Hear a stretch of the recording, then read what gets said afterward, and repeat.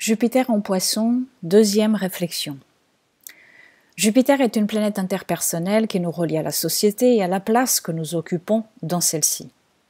En Poisson, ou alors en tant que planète qui gouverne ce signe, Jupiter vient mettre en avant la nécessité d'une dissolution individuelle et collective pour laisser émerger une définition nouvelle des mots croissance et expansion.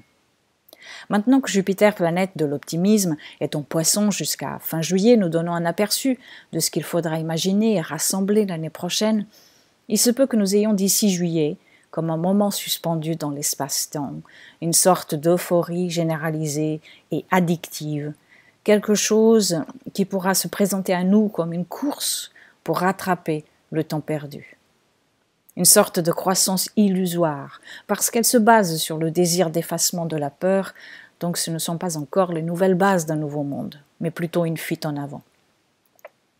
Cela pourra être visible dans une sorte d'outrance consumériste de toutes sortes pour penser des blessures mal soignées, ou alors dans un optimisme de façade pour exorciser la peur du retour du vide, ou encore dans une croyance vérité qui, même bancale ou fausse, donne l'illusion d'être la bonne ou d'être la seule solution possible, etc.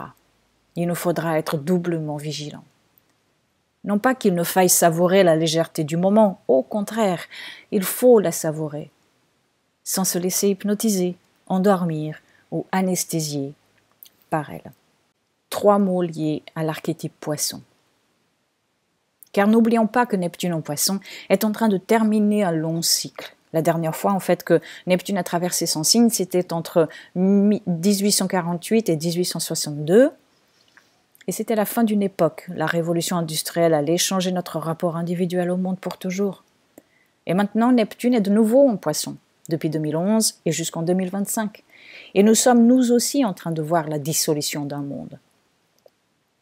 Alors peut-être que ces 3 questions que je vais vous proposer pourront nous aider à formuler nos propres questions personnelles.